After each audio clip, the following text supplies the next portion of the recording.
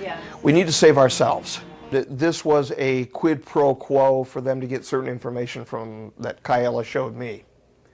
I demanded certain information back, and actually it was information concerning the time travel issue, because they were still trying to be, they were still reticent about informing me as to what the real nature of the situation was, as late as 2001. The looking glass shows probabilities, or has shown probabilities. The cube would react with the people present.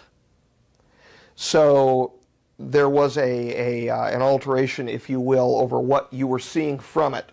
It would actually spin out as a yellow disc out of the top of it, where the word Yellow Book originally came from. Yeah. Actually, I used that to our advantage at the T9, because that, in fact, was present at the T9, and I projected certain information which caused a little upset during the meeting, but I was also allowed to show them probable outcomes. So in fact, the Yellow Book, the cube, was used for that purpose. Shockingly, they happened to see themselves standing on the bones of their own families and things like that in the vision, and they ultimately decided to remove Lotus as well as certain abductions from the Tau 9 Treaty. They were handing this cube around from country to country to the elitists in the countries to look into their own futures so that they could pick the best paths for themselves. I'm happy to pass along the information. I'm honored to pass along the information that I understand that the Yellow Book is no longer accessible. I will say this to everybody, whomever took it, it's in safe hands and it won't be used to harm humanity. How would you like to start? What's the best place to start as far as Stargates are I've got it. Well, I've got a list of questions here in front of me, submitted by you two, all 30 of them. And, oh, I'm sorry, I shouldn't have mentioned the number. No. They are decommissioned. They are separated into their three components. There's a projection component, a ring component, and also a barrel component to both the Stargate devices as well as the looking glass device. The Stargates also have field posts, and again, I'm not a physicist, so I wouldn't be the appropriate one to make comment as to how they work. But there were field posts that were positioned around the actual gates, and they have been stored, I guess. I'm not certain what happened to the field components, but of the three components, they've actually been decommissioned, and liaisons to the European Union, the United Nations, and NATO are actually in possession of them, and there is no one group which has the other one of the other two components. Well, okay, so everybody's staring at everybody, and they're not. They can't put the equipment together because everybody is mutually dependent and looking questioningly at everybody else. So everybody is literally protecting everybody else. Of the actual base operating equipment, there are three components to it, which is a projection device of some sort, a barrel, and a set of rings, electromagnetic rings. Are we able to know how many man-made Stargates there were on the planet? No. I'm not going to comment as to the total. I will say that there was over 50. Really? Yeah. Wow. In different countries of the world? Yes. Okay, and these are man-made? Yes. Okay, so, and natural Stargates? Well, see, it's not a Stargate. It's a device which accesses.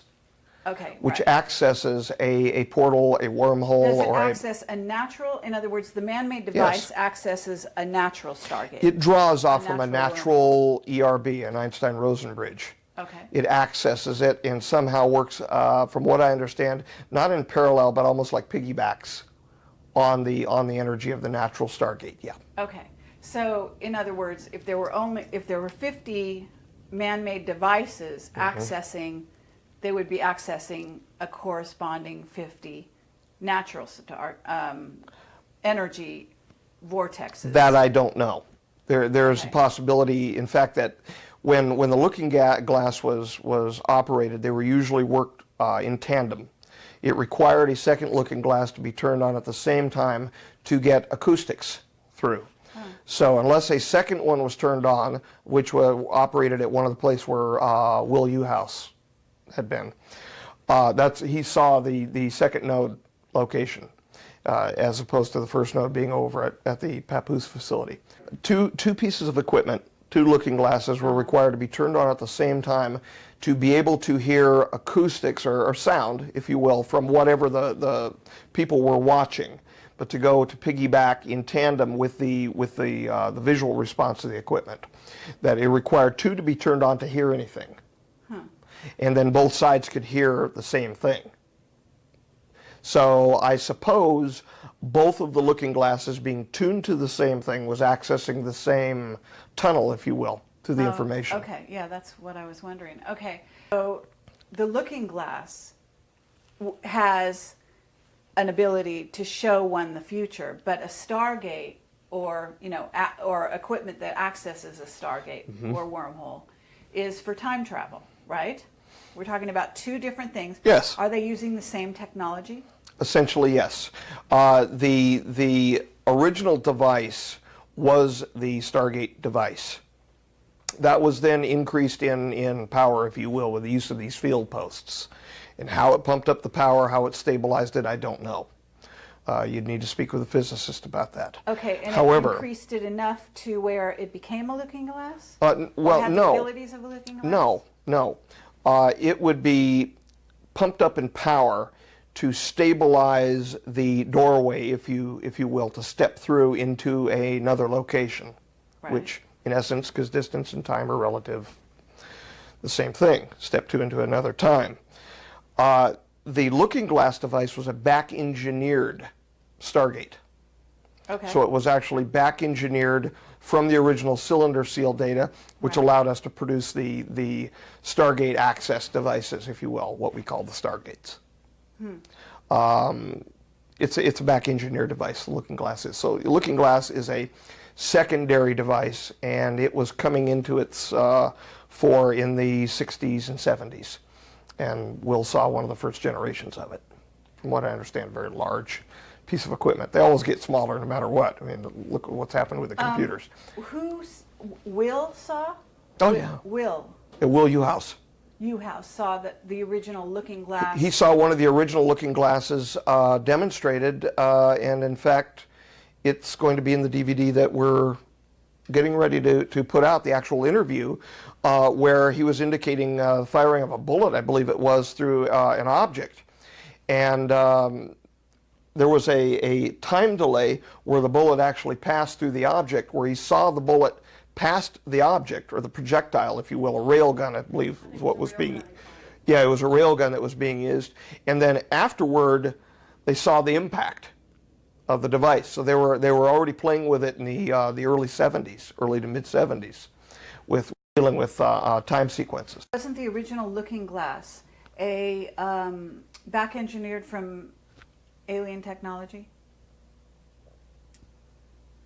Yes. Okay, but it also there was information around the cylinder seals that they used as also, and that those cylinder seals also came from an off-world race. Is that from well, no, the cylinder seals didn't. The information on them did. Came from. Which was maybe the Anunnaki. Is that kind of our? I wouldn't feel comfortable in characterizing it. Okay. With that name. Okay. I really shouldn't go. But it was off-world technology originally. Yes, ma'am. Okay. And at this point, like, okay, say that was in the 60s, the 50s, the 60s, you said. Well, yes. That's when they started actually being showing a lot of interest in actually building the equipment to be able to see over the curvature of time-space so that they could see into the future and somewhat into the past, but basically the future. Okay. So there's also our Henry Deacon contact said there was a black box that came on one of the crafts. And I don't know if you're familiar with that black box. Did you have exposure to that as well? Yeah, so it was something that we called the cube or the yellow disc or yellow cube, yes. Okay, but then that was not a looking glass. Was that a looking glass? That is a variant of the technology. Okay. However, whilst the looking glass shows probabilities, or has shown probabilities. The cube would react with the people present. So there was an alteration, if you will, over what you were seeing from it.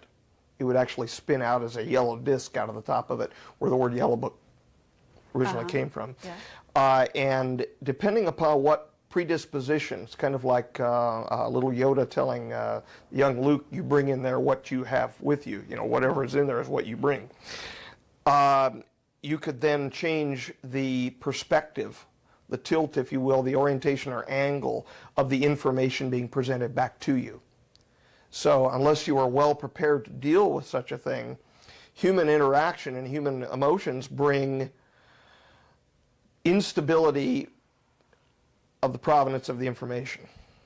Okay, that's what went on with the black box, you're saying? Yes. Okay, but with the looking and glass... I used that to our advantage at the T9, because that in fact was present at the T9, and I projected certain information which caused a little upset during the meeting, and they got certain abductions removed and Lotus removed off the calendar and things like that. I caused some real trouble, in other words. Can you elaborate? Are you willing to elaborate?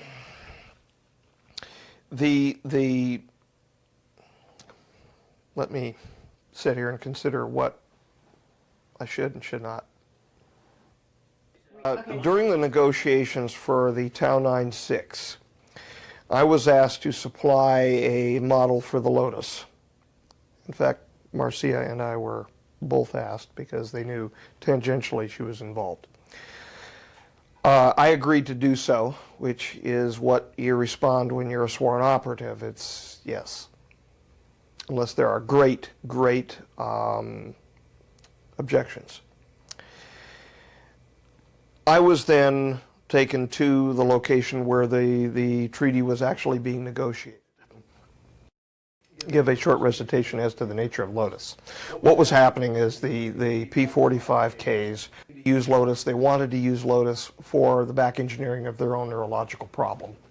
I was objecting to its use, but still was under orders to provide a model. I was prepared to do so, but I was also allowed to show them probable outcomes. So in fact, the Yellow Book, the cube, was used for that purpose.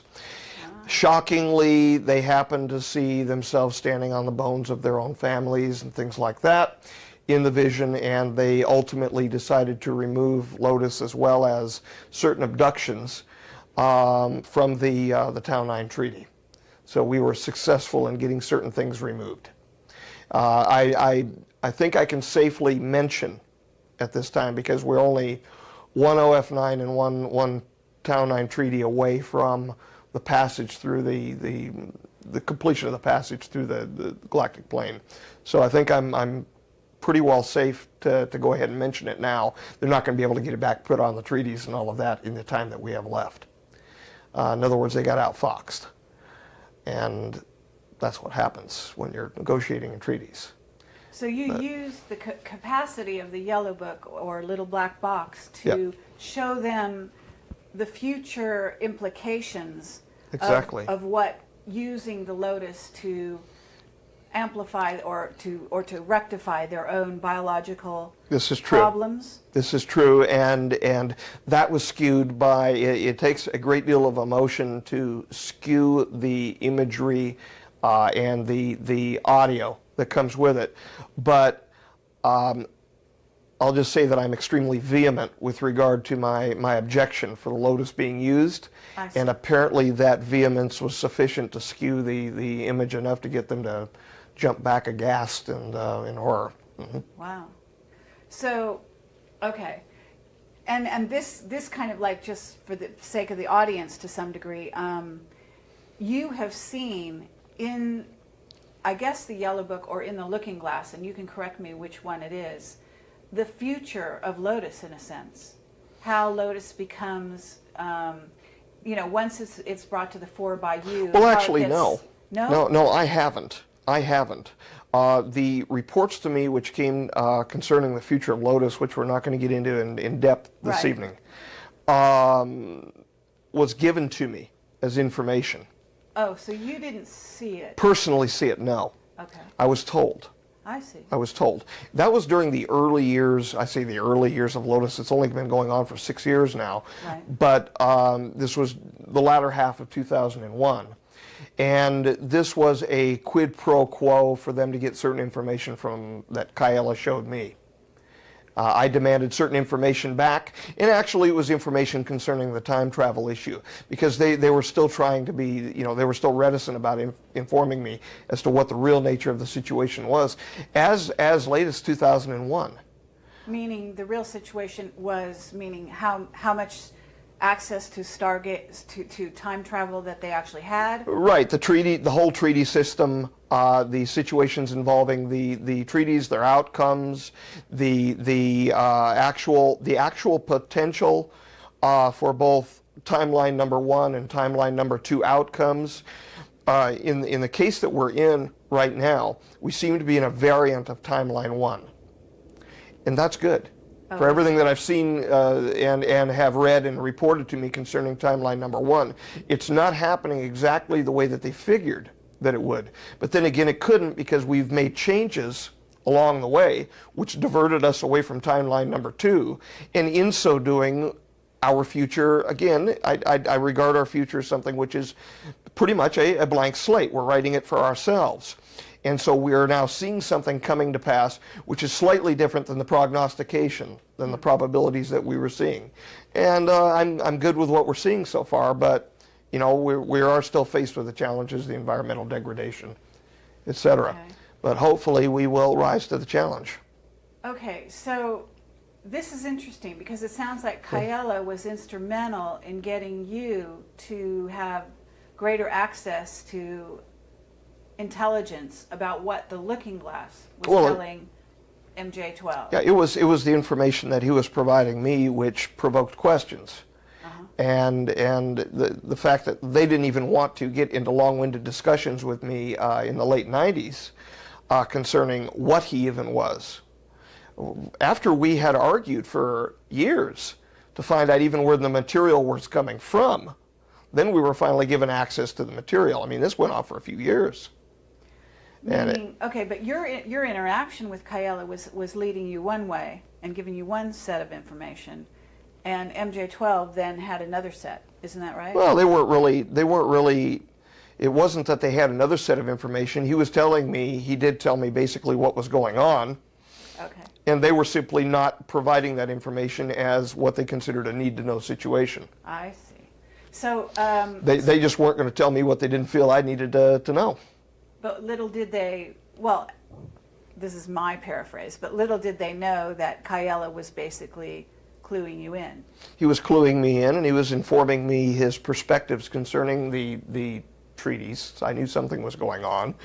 And that is ultimately what they wanted to know about. And I said, well, for you to know about that kind of thing, then I need to know about certain other things. It's, you know, it was truly a quid pro quo situation. And they said, well, okay, we'll tell you if you tell us. Right. So I told them, and they told me a little more. Wonderful. And it was right around that same time that Lotus was actually kicking into fore.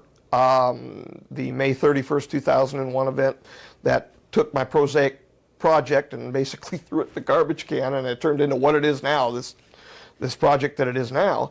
And as a result, I also found out from them where they said Lotus was ultimately destined.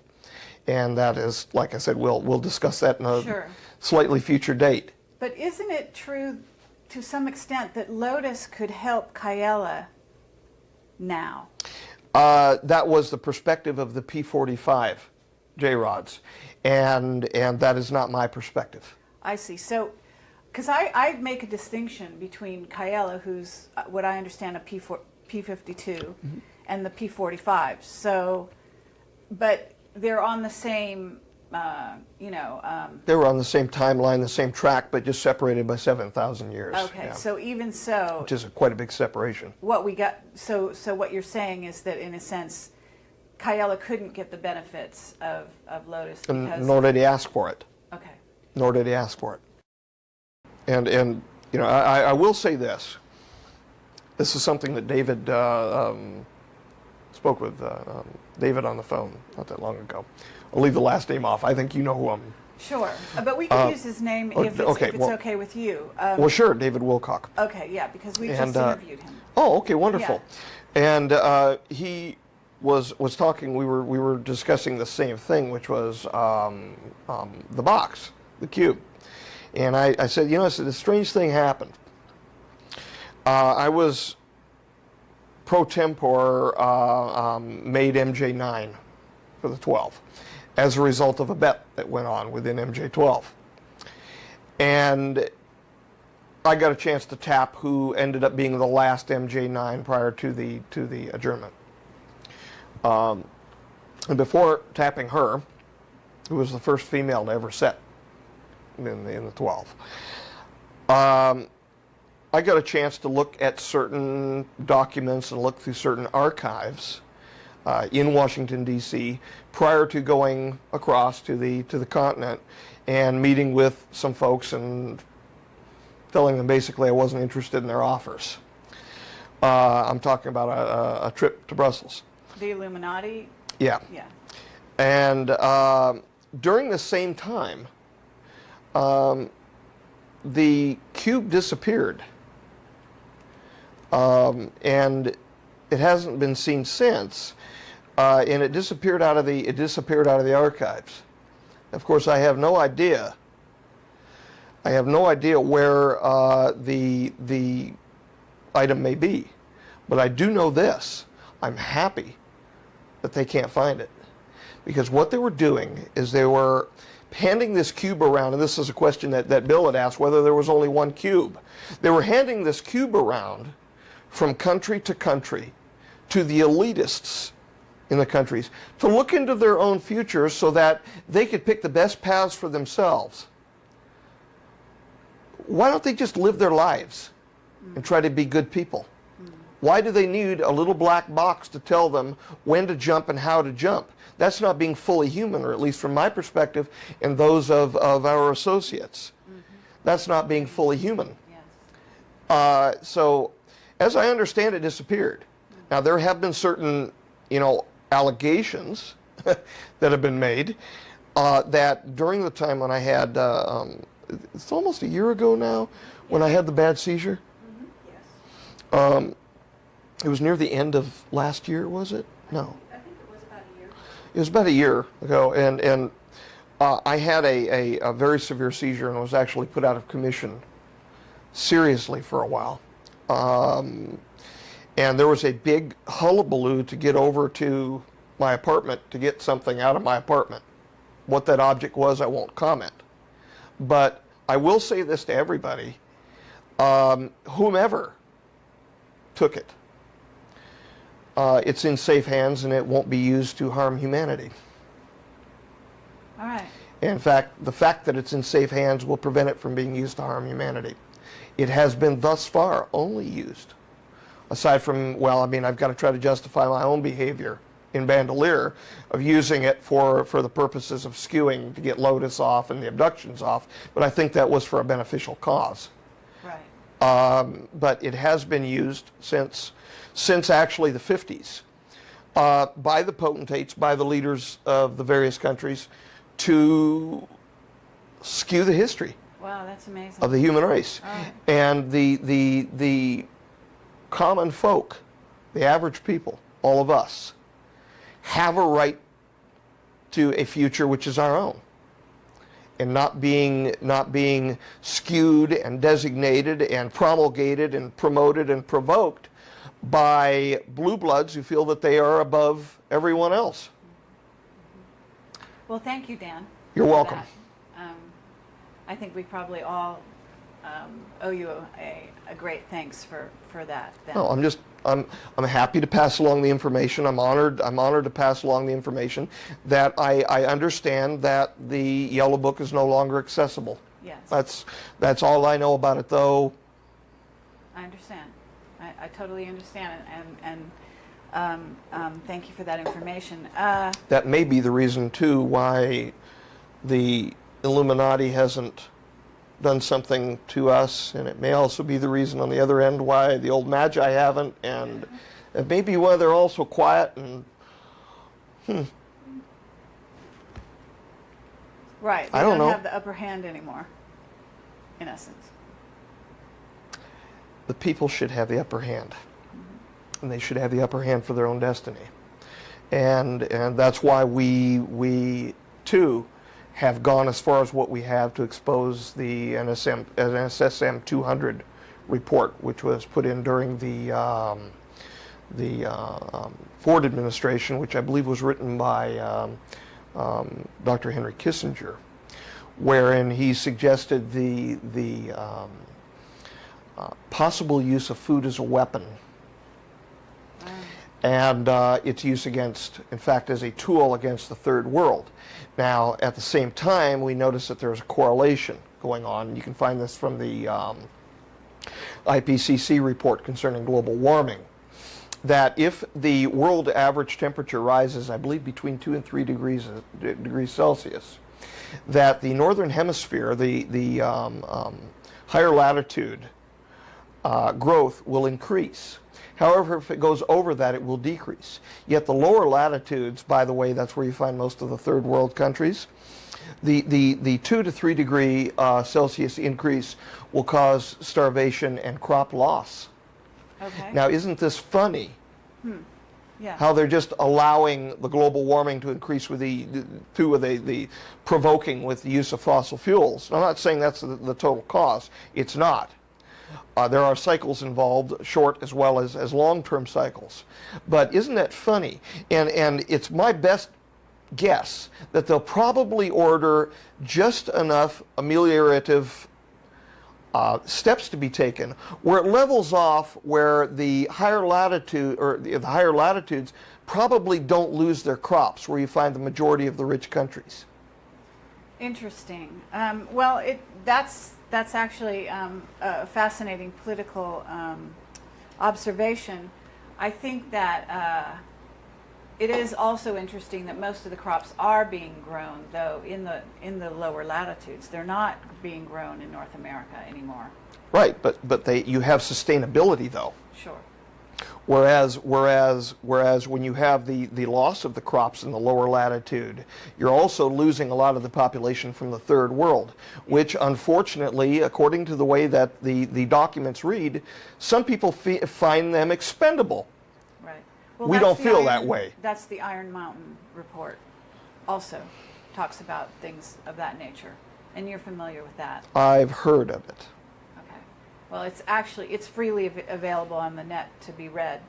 And it talks about that, something very similar to that. Right. I'm not one that likes to interject myself in politics at all. No, I like I the know state of that. the I state of know the that. research. But at the same time. Well, at the same time, I mean, when we start hearing that the codex is being placed in place, which actually delimits food value, oh, you can have all the food you want and starve to death while you're eating it if there's no nutrients. Right. Absolutely. When I start hearing that food is being used as a weapon, and it's being used concerning the use of fossil fuels, I start getting personally angry. There's not one person in the lower latitudes that's worth any less than me. Right. You know, everybody is worth exactly the same thing on this earth, Yep. and unfortunately, there are individuals who feel otherwise. I understand. Okay, so Bill, the question you were asking, now that we've kind of, let's talk about, first of all, you mentioned Will Uhouse. The son of Bill Uhouse. The son of Bill Uhouse, who's Right, very right. well known. Bill so who? we didn't realize that he was actually, it was the son you were saying Yes. who had access to that technology. Yes. Bill was the builder of the avionics and the testing equipment, the back engineered ARV testing equipment, the avionics. I actually saw some of the equipment, and this is in the tape that Marcia and I did with him in a room. I actually saw some of the equipment, some of the diagnostic equipment in the B bay underneath the Galileo bay that he actually built. And so when I started describing it, Will looked at me and said, "Oh, that's what my dad built." So we had a very nice little connection there. So are you But saying- it's Will who had experience around the looking glass equipment in the 70s. His son, Bill Uhouse's son. And Will Uhouse is alive now. Yes. Okay. Oh, yes. So that's very interesting. And That his means- wife, Terry, they in fact, from what I understand, they met during the course of conversations concerning our information coming to the public. Terry and Will met one another, fell in love, and were married. That makes me feel kind of personally really good. Okay, well, so it sounds like Will knows quite a bit about what makes the ARV run then, if his father had something to do with the back engineering. Yes. Okay, so in 1947, when Yes. the cube was discovered, it must have really screwed up the idea of the two timelines by bringing in the ability to, I mean, I don't know what the cube can and can't do. Well, first of but- all, the cube actually was not discovered in 1947. There's a mixture of the stories involved. The cube was actually, the information about the cube, its existence, was known as of 1946. It was further discussed in 1947 after a certain crash in midwestern, lower southwestern state, New Mexico, and following which, during the first brokering for treaties by the Orions with Eisenhower, the cube was handed to Eisenhower. It was in fact expected to go to the United Nations authorities, and it was in fact spirited away by the United States military. Okay. They didn't hand it over. So, but the way you're talking about the cube is that it sounds like it connects emotionally with the viewers in a sense. It does, and the fact that it was handed, it was actually Orion technology. Okay. And it was handed over by them in the spirit of goodwill, but a misassessment as to our evolutionary state, our ability to handle the issue and handle the equipment. They felt us more balanced than what we actually were. Okay, well this is, I mean, this opens almost Pandora's box in a sense of United States history. That is Pandora's box. Yes, and I'm not exactly certain what was seen relative to the cube for 9/11. However, the analysis which I was asked to do, of course I've paid the price now that I've actually done it. Again, people don't want to hear the answers that I came up with, but the analysis that I did indicated that certainly there's at minimum a great suspicion concerning the delay of response. And the information that I have directly from one of the former seated members was in fact that we were aware, but this was looking glass technology, not the cube, I understand. that we were aware as of the middle 1990s that there would be a coming Islamic extremist war with the United States. We were also aware of certain alternative situations that they used the statistics from the looking glass, from the variability between the different pictures, to show that would be occurring at the same time, another probability at the same time. And from their perspective, that the least of the two consequences was 9/11. I am aware of what the other possible consequence was. I'm not willing to come out and start mentioning it because I don't know what the consequences are of speaking the things that have not thus far happened, yet the probabilities existed that they could. Yeah. No, I So hear you. you know, I'm feeling a little bit, there's a little weight when it comes to that. But Okay, you're saying though that the looking glasses have been, as you called it, decommissioned. yes, ma'am, And that means across the board. across the board, Okay. they are shut down. And you said there was 50 man-made devices, and I'm assuming I said at least 50. that would access or create stargates, in essence, out of natural vortexes. Yes. And They would some of, suck them in or make but them if you have available to looking them. glass, and a looking glass is not the same as a Stargate.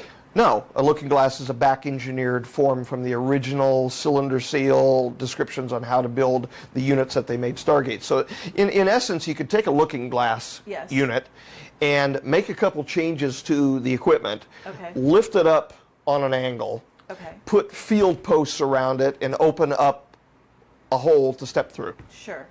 Okay, but the looking glass can show you the future.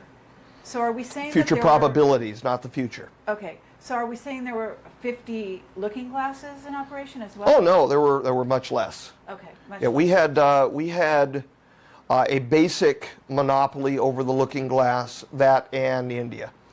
India brokered early on with Indira, when Indira Gandhi was brokering the Committee of the Majority between the United States and the Soviet Union, because the Soviets were threatening to start their own treaty system up with the extraterrestrials, which would have become untenable. We agreed then to expand MJ-12 from a wholly operated and owned American operation to an international operation, and thus was born the Committee of the Majority between 1963 and 1967. And when that information was brokered, that happened in parallel with, kind of under the table, but in parallel with the United Nations treaties involving things like the Test Ban Treaty and the Outer Space Treaty. And so it was being done at the same time under cover of UN support.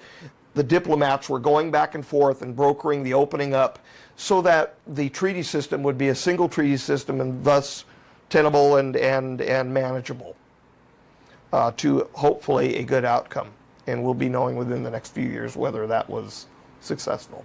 Okay, so this is really fascinating. You're saying that some other countries, India for one, had access to looking glass technology. Yes, ma'am. As They far they had back that as- written in as far back as the 1960s and 70s, when it was actually being back engineered from the Stargate material. And so at the same time that Will Uhouse, for instance, was looking at the early generation looking glass, India had the same. Okay, and are you at liberty to say what other countries had access to that? To the information or to the equipment? To the looking glass, to a looking glass, or the ability No. to create a looking glass and look at time, look forward into their own histories. No, Is because that without exception? And I'll tell you why the answer is no. Within the treaties, the looking glass, as well as the Stargates, as well as the cube, and information movement pods, are all contained within the treaty system. Within that treaty system, it also prohibits and allows certain passage of information amongst delegates on where the looking glass material is and where the information flow is, what the access is. Being that I stood in Bandolier, I'm considered a delegate, therefore I cannot tell you. Okay, so you can't tell me who has No. access to that technology. Aside from India and the United States. Right. Okay. No. So, but we can assume that some countries, perhaps, that is the leadership of some countries, may have had access to this technologies at some point. I think that it's fair to say that we can assume that they had access to the information from it, but I wouldn't place any characterization over any assumption of whom may or may not have had it. Okay. All right. Well, I thank you for the question, though. Okay, but it also gives you a whole different way of looking at history.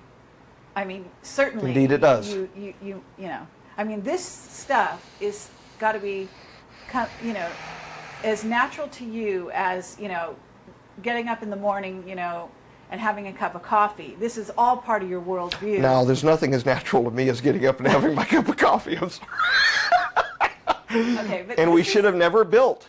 We should, the Stargate, yes. Okay, for the purpose of speaking with the visitors from the other timelines, yes, absolutely. The looking glass, no. That was done because of our own shortcomings as people who aspire to things that we maybe shouldn't try to grab a hold of. Well, It should have never been built. Gives you power, right? We're talking about power and the misuse of power here. Yes, I mean, bottom line, right? yes. So And I am an advocate against that misuse. Right. In fact, well, I could say against the misuse. I am an advocate against its use, period. Okay, so let's say that one has the looking glass, and you're saying it shows probabilities. And one of the things we were wondering is, how does it do that? Well, from the best I understand, and I was speaking with Bill just a little while about it, a little while ago, the rings and the amount of information via energy, which is passed into it, and I've got to be very, very careful with this. The position of the rings, their orientation, the energy running through them, position of the barrel, etc., because you can raise the barrel up on an armature inside the center of it, all come into play as if you have an onion with the various layers of the onion. As you move through the different energy levels, you also move through the different layers, so you get different bits of information. Now imagine an almost infinite number of layers overlain in comparison to the positions of the rings, and an almost infinite amount of energy that you can add or subtract. Tuning it up, tuning it down. Well, it sounds Instead of going up by 1 hertz or by 2 hertz, maybe by a thousandth of a hertz, up and down. But it sounds like you're working with almost like a kaleidoscope effect. You know, like a kaleidoscope, a real kaleidoscope. The way you would turn and twist and focus, and each time you get a different design, right? Well, right, except Each time the colors are changed. yeah, you get a different design and the colors change, but it's like working with multiple kaleidoscopes, where when you find 2 different probabilities that you would run into, you have 2 kaleidoscopes, and you make a change on one kaleidoscope that may factor or function to a different angular change on another kaleidoscope, so you get 2 separate pictures that you then have that are flashing back and forth. Okay. But yes. Okay, so Best analogy to that. Is there an interface with a computer to get these readouts in terms of probability? Yeah, in fact, there's a deinterlacing system which they used to actually deinterlace the flashing back and forth of the 2 probabilities, or the multiples that they had at certain times when it starts skipping. You could freeze them, right? So you could look at them closer. Well, what they did is they deinterlaced the video, and then reintegrated the video and watched the individual videos then. Yes, yes. And then determined statistically how much time was spent on each video to determine the amount of probability of each event occurring. And they tested that against probabilities in the field and probabilities of future occurrence to get a system which functioned scientifically. And that's... Okay, so, well, I'm going to go with that, and I'm going to actually say what they might have been doing is then looking back to see, in other words, if they saw an event in the looking glass, all they had to do was calibrate or look at the different possibilities, see which one happened, and then... That's what they did. As time went on. Absolutely. That's right on. That's right on. Yeah. That is right on the beam. Okay. And you know, some people, So like I got said, good some at people it. say it's blue smoke and mirrors. But then again, I was told something in 2001 I'm living in right now. Okay. Okay, without Fascinating. going to what it is. Absolutely. And like I said, we'll talk about that in the future. But you know, it's the best scientific equipment that I can imagine for the determining of such a thing. Mm-hmm. But it goes to the old question: just because we have the power to do something, should we? Sure. And I am a 100% advocate. She and I had a more than a small dust-up out at Frenchman Mountain over this very same thing, which actually resulted in me walking alone down Lake Mead back toward Las Vegas, with she and I yelling and screaming at each other along the roadside. They were doing tests out at Frenchman Mountain during the time that the Rosen Bridge was being accessed there, the Einstein-Rosen Bridge, with the equipment. They had the curtains up and all of that business, and up where Metro couldn't see it from the top of the mountain and all of that, and they were accessing there, and there was a mistake and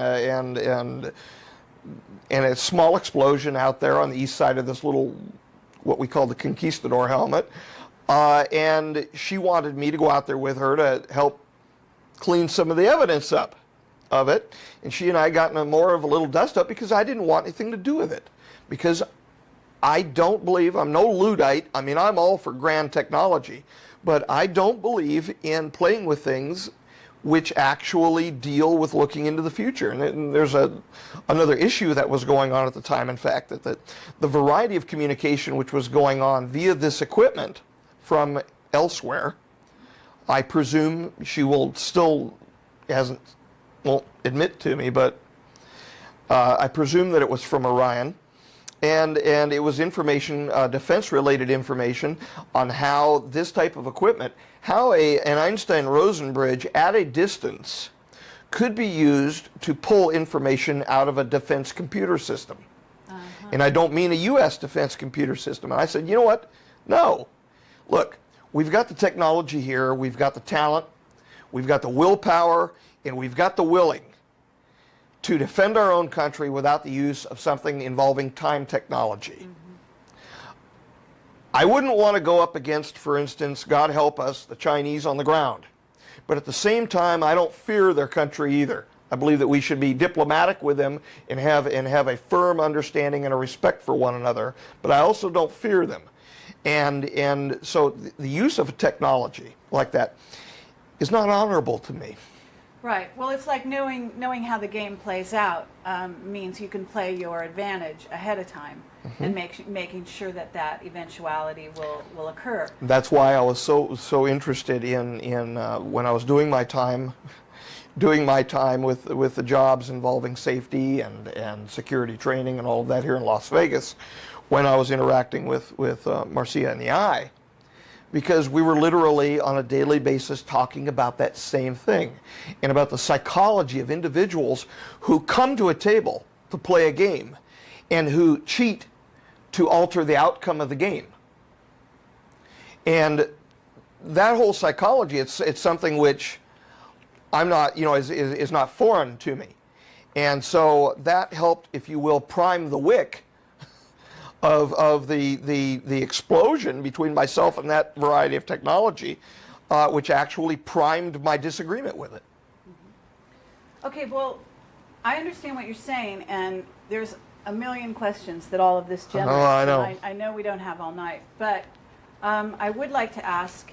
Yeah, there's 30 of them here. Knowing, but now that I know what I know and what you've at least communicated, you're saying you don't want to use the looking glass for advantage over country to country, but what about country to off-world? No. It shouldn't be used at all. I understand, but all right.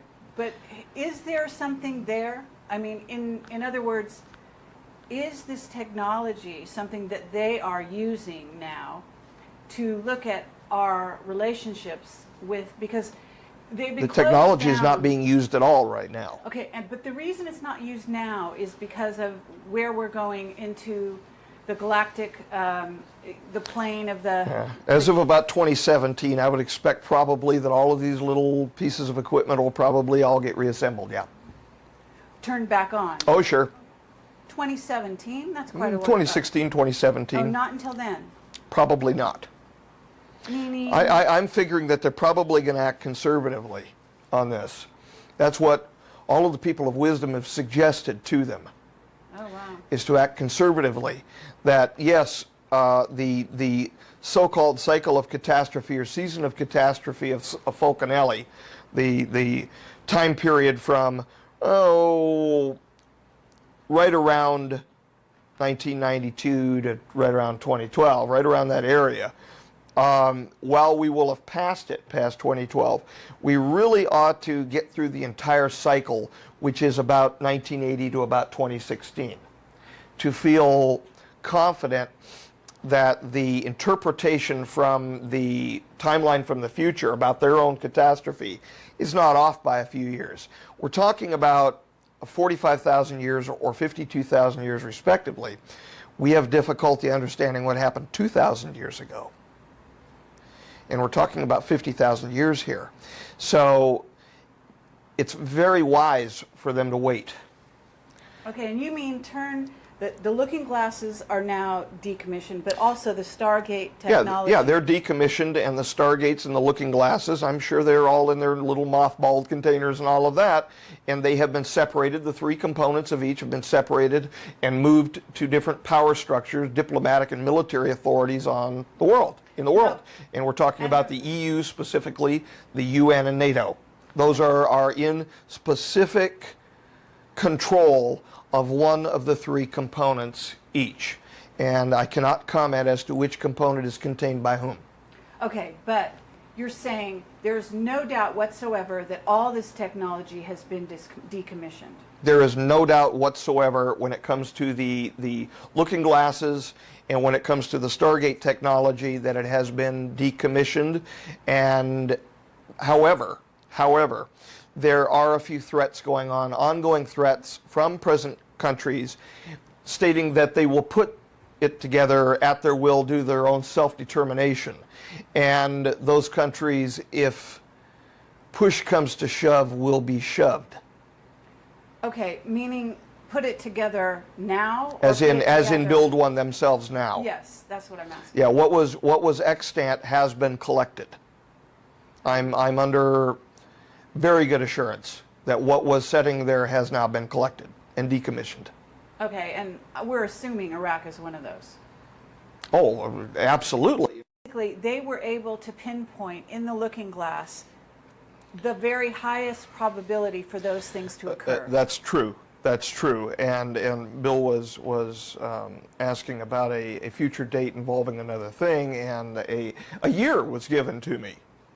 And he was saying, well, if a year can be provided for that, right, why wouldn't a year be provided for the other? Well, there was a highest probability year for it. However, telling me about something that might happen in the future involving a project which we're currently involved is one matter. Sure. Willy-nilly throwing a date out, which is a probability involving the lives and the destiny of all of us here on the earth, and specifically to a predicted 4.5 or 4 billion people death, is another matter. Okay. That carries an entire different weight with it. But are we to assume that we've passed that year yet? Or is you're that not no, you're not to assume. No. Okay, so that's still in the offing. What we're looking at is a very low probability of the event Yes. the event or the set of events Yes. occurring. Yes. At this point. Yes. We're looking at a low probability of the higher catastrophic portion of the events occurring. I expect that the events which would kick it off are still going to happen. For instance, the solar max, which is coming at around 2012, and the expected loss of GPS equipment and things like that, which is out there as part of on the web. You can find that as Engadget, I think, was one of the groups that spoke about the loss of GPS and satellite communication. Meaning electromagnetic grid is going to go down. Yes, yes, okay. And that would be the time that I would expect the highest probability of the T2 event having correlated to the history of the J-Rods and the Orions. But that's as far as I can. Wow.